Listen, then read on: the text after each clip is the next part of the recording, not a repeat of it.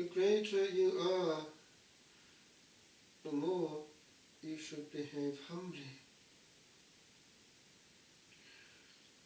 The Gospel indicates many a truth, even on the human level. If we observe human behavior, it is true actually that subtly and indirectly we seek that first place of attention and glory. It is in the child, it is in every stage of life. Even in daily conversation, one-upmanship, gaining an argument, and therein putting down the other. With regard to that, there are certain signs and indications of the presence of the proud soul. Certain things do regularly come through. It is always painful to find that what's in a conversation that actually one can't handle because there is no conversation. Our ministry at that point is that of mercy, allowing the person to be and to express himself or herself as much as that person wants to. The person, in any case, does not want anything from us except an audience. It is pride.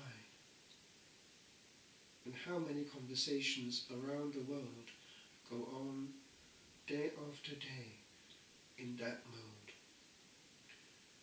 The proud person knows many things. And that's why, if suddenly some new expression comes across the airwaves, the person will then immediately look for his or her store of already acquired information to answer that point with the truth already known and acquired and firmly possessed, and then will proceed to carry on the conversation, so-called. It happens also, if we're honest, in, for instance, the ministry of listening and confession. If one is not careful, one can do that kind of thing.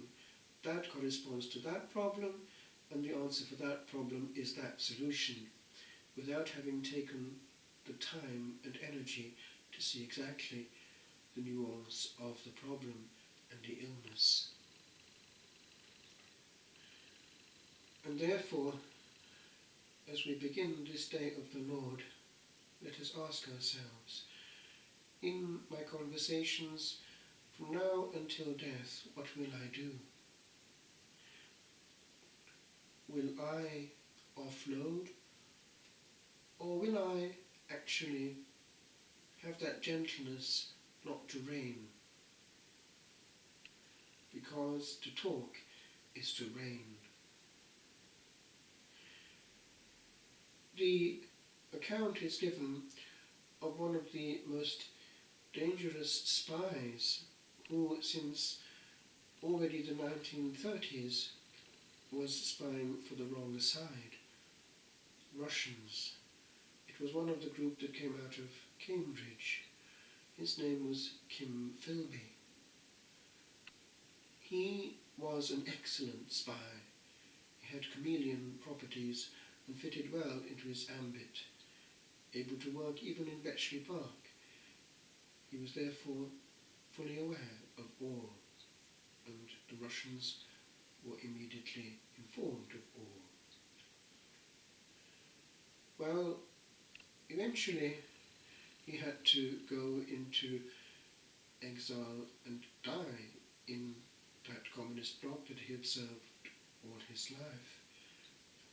But we know that he had one way of obtaining information which was very clever. On a regular basis, he would frequent those sort of drinking parties where he knew that key people would agglomerate. But he wouldn't actually be at the same table. He would be in a table in an alcove, drinking away, but just within earshot. He therefore didn't have to speak, and the conversation into which he was eavesdropping was able to unfold freely. The less he spoke and interjected, the more words came out, and the more secrets also came out. In vino veritas, in wine is the truth. We too can sharpen our gift of knowledge with the help of the Holy Spirit, the giver of that word of knowledge which can come through in charismatic circles, but also in all the saints. We can do so by a doubled up operation of complete passivity made of awaiting, without even mental activity, which blocks out precisely mentally the word. When not preparing an answer, the mind listens well to the next word. When preparing an answer, it doesn't hear what's coming. And therefore the conversation, or at least the outpouring, doesn't happen fully.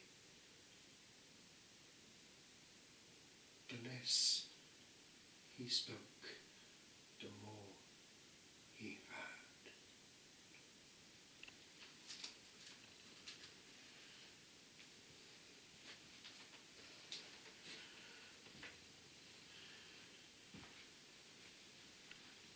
I believe in